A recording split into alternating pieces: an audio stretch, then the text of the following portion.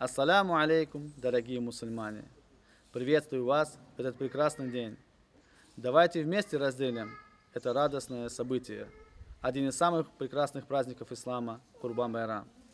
В этот день мусульмане совершают жертвоприношение, вспоминая о подвиге пророка Ибрагима, мир ему, который в покорности Богу готов был пожертвовать своим сыном. И мусульмане берут с этого пример в покорности и терпении, за которое получают вознаграждение и облегчение. Так давайте же в этот день и в другие дни улучшим наши намерения, будем покорны Создателю и будем избегать то, что Он запретил.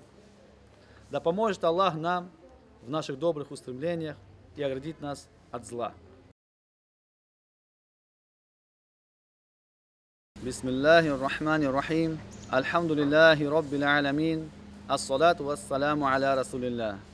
Ассаламу алейкум, sayıqlı musulmanlar. Sizni bu mübarek gününde selamlayın. İslam'da büyük bayramlardan birisi Kurban Bayramıdır. Bu güzel bayramını kuvvançtan geçiriyik. Bugün Müslümanlar İbrahim Peygamberimizin yapılan cesareti hatırasına kurban çalarlar. Bu bayram tariximizde bizge hikmettir. İbrahim aleyhisselam Allah'a itaat edip öz oğlunu kurban çalmağa hazır idi. Bu günleri ve başka günlerde Allah'a itaat yapayıq, Allah'ın emirlerini yapayıq, özümüzü haramdan, günahlardan saklayıq.